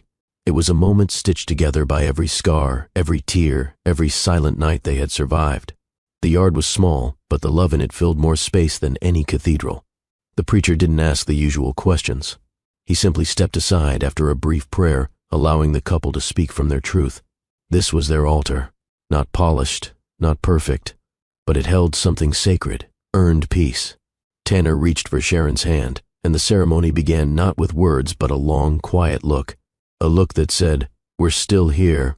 There was no glam squad, no filtered perfection, no rented perfection stage for social media clicks. Sharon had said it plainly 2 weeks before the wedding. "I'm not wearing anything that hides me, and you shouldn't either." So when she walked barefoot down the narrow strip of lawn, there was no high heel in sight.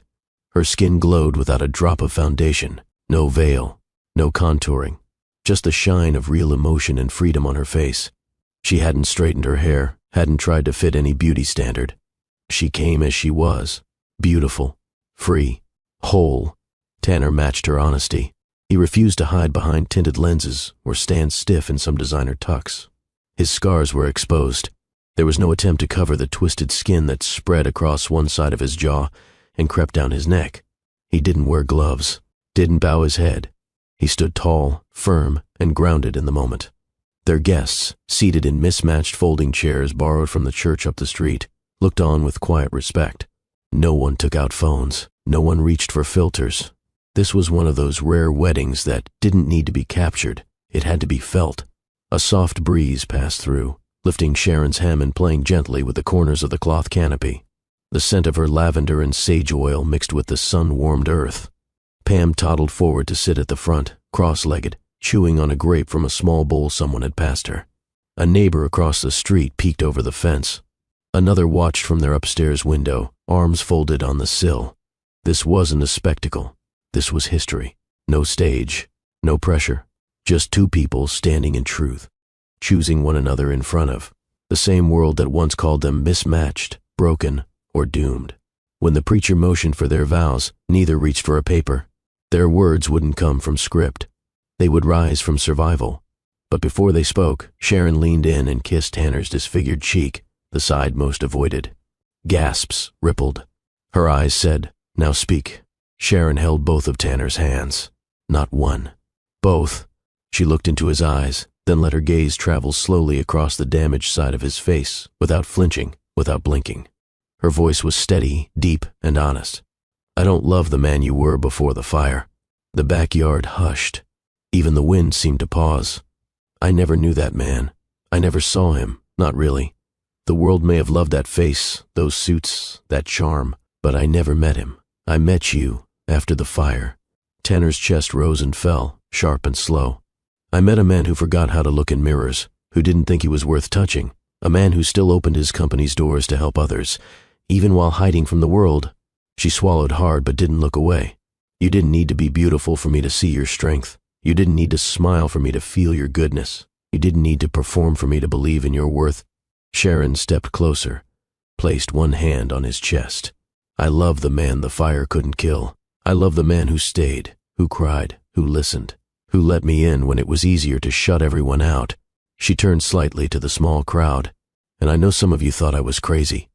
I saw the stares, the headlines, the assumptions, but I didn't need you to understand." Turning back to Tanner, her voice softened. "Because you are the only man I've ever met who made me feel safe without lifting a single finger. You never tried to fix me. You just stayed." Her fingers traced his left hand. "So now, in front of everyone, I'm telling you, I don't love what you used to be. I love who you are, now, scars and all, because the man standing in front of me, he's fireproof." Tanner's eyes welled up, not from shame, but from the power of being fully seen. And the silence afterward didn't come from discomfort. It came from reverence. Tanner held her hands tighter than he ever had before. His breath trembled as he faced her. No cue cards, No rehearsed words. Just truth, raw and open. He let out a shaky breath and started. I used to be admired by everyone. I didn't even have to try. They loved my face, my money, my power, but none of it ever reached the part of me that felt real. He paused. His voice dropped. Then the fire came, and the man they loved burned away. Literally, a few heads bowed. Others wiped their eyes. But Sharon held her gaze steady, encouraging him. I thought I lost everything, but the truth is, I lost nothing. I lost illusions. What I found was you. He stepped closer. You walked into my company with no fear. You spoke to me like I was still human. No flinching, no fake smiles, just honesty. He blinked through tears. You saw me when I didn't want to be seen. His voice cracked, but he didn't stop. I pushed everyone away. But you didn't run. You reached in and touched the part of me I thought had died. And when I tried to hide behind silence, you waited until I spoke. When I tried to use my money, you said no. When I thought I was a monster, you laid your head on my chest. A quiet gasp echoed from someone in the back. Tanner continued, I'm not marrying you because I need saving. I'm marrying you because you reminded me I was already worth loving. He held her face gently in both hands. Sharon, I vow to love you like you loved me, without judgment. I vow to protect your peace, even when mine is loud. I vow to never hide, not from you, not from our daughter, not from the world. The crowd stood still, not a phone in sight. No one wanted to miss the moment. I vow to be the man you believed in when I couldn't even look in the mirror. Sharon's tears fell freely now, and Tanner smiled for the first time without pain in his chest. The ceremony had held every eye and heart, but in that final moment, when Tanner leaned in and Sharon met him halfway, time did something rare. It paused. There was no hesitation, no trembling lips, no hiding, just a kiss, firm, tender, and unshaken. His scarred hand cupped her cheek. Her fingers pressed gently against the back of his neck. It wasn't rushed. It wasn't rehearsed. It was theirs. And then, clap, clap, clap. A tiny pair of hands interrupted the silence. Pam stood barefoot near her grandma's chair, in a soft lavender dress with a sunflower tucked behind her ear. Her curls bounced as she clapped with all her strength. Her face lit up with pride. Her innocent voice broke the hush. Yay, Mommy and Daddy. Laughter rippled through the backyard. Some sniffed, some cheered louder. But Sharon's eyes stayed on Pam. The moment was perfect because it was real. Tanner bent down on one knee and opened his arms. Pam ran into him without hesitation, wrapping her arms around his neck. Her cheek pressed against the side of his face, where fire had once changed everything. But to her, it was home. I love you, Daddy, she whispered. His eyes burned, not from smoke, not from trauma, but from a joy he never thought he'd feel. Sharon knelt beside them, wrapping her arms around both. Their heads touched, forming a quiet triangle of love, healing, and strength. The crowd stood again, not out of obligation, but because they witnessed something rare. A man once broken, now whole. A woman once cautious, now fulfilled. A child whose love saw no scars. Pam looked up and said what no one expected. Can we have cake now? Everyone laughed, even Tanner. A deep, whole laugh. Sharon kissed Pam's forehead. Let's go, baby, but only after we dance first. Music began. Soft jazz rolled through the yard, and Pam pulled her parents to the makeshift dance floor under the old maple tree. No spotlight, no stage, just love in motion.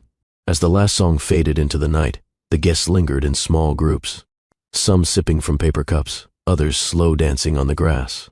But Sharon and Tanner stood still, watching Pam twirl under the porch light. Her laughter floated across the backyard, innocent and free. Tanner tightened his arm around Sharon's waist. I didn't think this life was for me, he said softly. Sharon leaned into his shoulder. You didn't have to earn it by being perfect. You earned it by staying. He turned to her, eyes searching. You saw something in me before I saw it in myself. I saw a man, she said. Not a victim, not a project. A man worthy of being chosen. That word, chosen, landed hard. Not pitied, not rescued. Chosen. He had wealth. He had property. He had built skyscrapers and signed deals that changed cities. But none of that ever taught him how to be loved without trying to impress. Sharon never fell for his money. She fell for his silence when he listened, his raw honesty when he spoke, his discipline to stay even when it was uncomfortable. He didn't woo her with gestures. He won her by showing up. That was the love they celebrated tonight. Love that didn't come fast or easy. Love that walked through fire, held its breath in the shadows, and still chose to try again. Pam ran to them, her cheeks sticky from icing. "Daddy, dance with Mommy again." Tanner chuckled and looked at Sharon. "What do you say, Mrs. Burke?" Sharon smirked. "Only if you don't step on my toes, Mr. Burke." They stepped into the open yard again, swaying with no rhythm, just presence. Just truth. No spotlight. No photographer. No curated filters. Just a scarred man who survived. A woman who loved deeply. A daughter born from healing. Their wedding didn't prove a point. It wasn't to silence critics. It wasn't even to redeem the past. It was simply the proof of something bigger. Real love isn't given away. It's built, layer by layer, scar by scar, moment by moment, earned by those who refuse to walk away.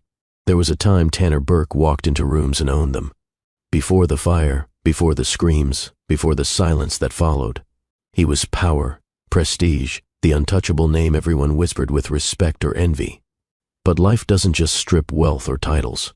It can strip something deeper, your reflection, your confidence, your desire to be seen at all. What burned that night at the Colorado Lodge wasn't just wood or flesh. His future went up in flames. His fiancée vanished. His circle of friends became a list of excuses. For years he hid, not because he was ashamed of the scars, but because the world had already told him what to expect when he showed them. Then Sharon entered, and nothing, absolutely nothing, remained the same. She wasn't loud. She didn't pity him. She didn't flinch. That's what made her different. She looked at him like she saw something nobody else ever cared to notice. His mind, his voice, his pain. She didn't try to heal him with pep talks or fake admiration. She met him exactly where he was, broken, bitter, and unsure. She didn't fix him. She reminded him he wasn't some shattered thing to repair.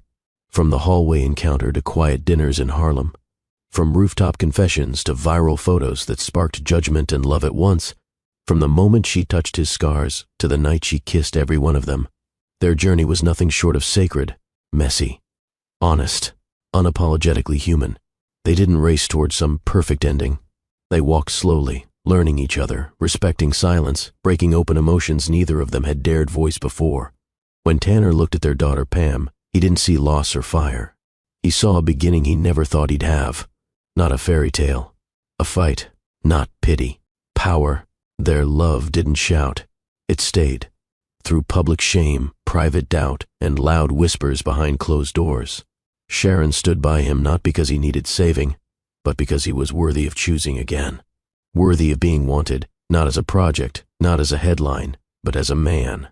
And that was the beauty of it. She never asked for anything grand. She gave him the one thing he never got when his face changed, truth. And with that truth, they built a life no fire could ever touch. Sharon had seen beautiful men before. Men with polished teeth, tailored suits, smooth voices, and empty intentions. But none of them ever made her pause the way Tanner did, scars and all. She didn't fall in love with his pain. She fell in love with the way he carried it. It wasn't his wealth that drew her in. It wasn't even the tragic mystery that followed him. It was the quiet moments, how he listened, how he tried, even when the world convinced him he shouldn't. She saw the man he used to be and the man he was becoming, both in the same breath. And she chose both. Tanner didn't trust it at first. He waited for her to flinch, to second guess, to leave. But Sharon stood still. She didn't whisper promises or play therapist. She asked real questions. She made space for his silence. She held his face when he couldn't look at himself in the mirror. Her hands didn't tremble. Her lips didn't hesitate. He wasn't just loved. He was accepted. And that scared him more than the fire ever did, because when someone sees your soul and loves you anyway, you realize how shallow the rest of the world has been. Sharon didn't ask him to hide. She didn't ask him to pretend confidence or fake healing. She let him be raw, unfinished, still hurting. She loved that version. In a world obsessed with beauty filters and camera angles, she chose the scars. In a culture chasing perfection, she embraced the flaws. She made love to him like she was praying. She spoke to him like she was listening to someone who mattered. She walked beside him, not behind him, not ahead of him, but beside him. And that's how he knew she wasn't just different. She was home. Loving his soul meant loving the parts even he had written off. She didn't fall for potential. She fell for presence, for who he was right now, not who he used to be or who he might one day become. He used to pray to be invisible. Then Sharon showed up and made him want to be seen. That was the real miracle. The same voices that once whispered behind his back now speak his name with forced admiration. They used to ask, what happened to him? Now they ask, how did he find someone like her? The same media that once ran cruel headlines now repost photos from their family's backyard brunches. Paparazzi once zoomed in on his scars. Now they zoom in on the way Sharon looks at him across a dinner table. They used to label him the burned billionaire. Now they call him the man who survived everything and still loves out loud. People envy what they didn't understand. They don't talk about the fire anymore. They talk about the man he became. They talk about the way he holds Pam with both strength and tenderness. They talk about Sharon, the woman who changed the story. Not with grand gestures or loud declarations, but with her presence, with her refusal to see him as less. The judgment turned quiet. The envy grew louder. They want what they see, but few know the cost. Because Sharon didn't love him once he healed. She loved him while he was still bleeding inside, while he still questioned if he was worthy, while he still recoiled from his own reflection. That's what makes their bond untouchable. The foundation wasn't built on illusion. It was built in hardship, in real choice, in emotional honesty. Tanner doesn't perform happiness anymore. He lives it. He walks into meetings with his shoulders relaxed. He doesn't hide his face during speeches. When people look too long, he looks right back. And when someone asks how he overcame the shame, he tells them, I stopped needing the world to approve. I only needed one person to believe. And she did. Now people don't just see his success, they feel it. His story is more than wealth, more than tragedy, more than scars. It's about truth and love. And that love didn't start at the altar. It started the moment Sharon looked at his face and didn't blink. Some say they were lucky to find each other, but Sharon would tell you luck had nothing to do with it. Love like theirs didn't fall from the sky. It was built, day by day, choice by choice. She chose him when it was easier to look away. He chose her when his instinct was to isolate. She stayed when the world gave her every reason to leave. He opened up when silence felt safer.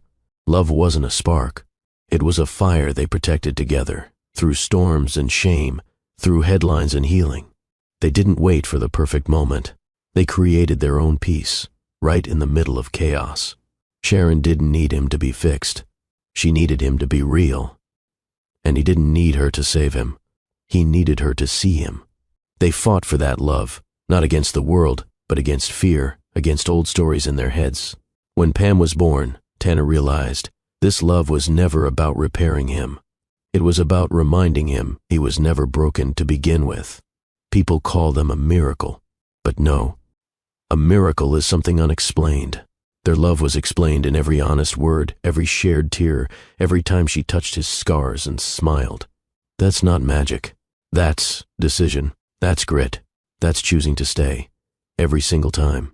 Now, when Tanner speaks to young people at burn recovery centers, he doesn't promise them fairy tales.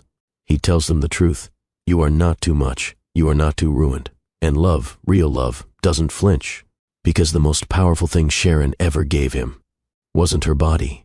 It was her acceptance, her courage to see the man beyond the burn. And in return, he gave her what every woman deserves, his full heart, unmasked. So no, this isn't luck. This isn't a feel-good ending. It's a choice made daily, a love proven, not promised, a life worth living because they chose to live it, together. So now, if your heart paused even once reading their journey, if Tanner's shame or Sharon's strength reminded you of your own, take this as your sign. We tell stories like this because the world's full of noise. But every now and then, a quiet truth cuts through. Real love is still possible. It's out there. It's in here. And sometimes it comes wrapped in scars. Sometimes it walks in broken and terrified. But it can still stand tall at a wedding altar. It can still laugh in a kitchen. It can still cradle a newborn baby who doesn't care about the past. Pam doesn't know what her father looked like before the fire. She doesn't care. She clapped when he kissed her mother. Because love, pure love, makes you clap too, even if you're watching from a screen. So let's not end this quietly. If this story moved you, if you've ever judged yourself or someone else too quickly, hit the subscribe button right now. Share this story with someone who stopped believing, someone who feels unlovable, someone who needs to remember that connection is real. Because someone like Sharon might be out there, looking past skin, past shame, past pain, and waiting to say, I see you. And someone like Tanner might be holding back, not knowing that they deserve to be seen. Let this video be the bridge.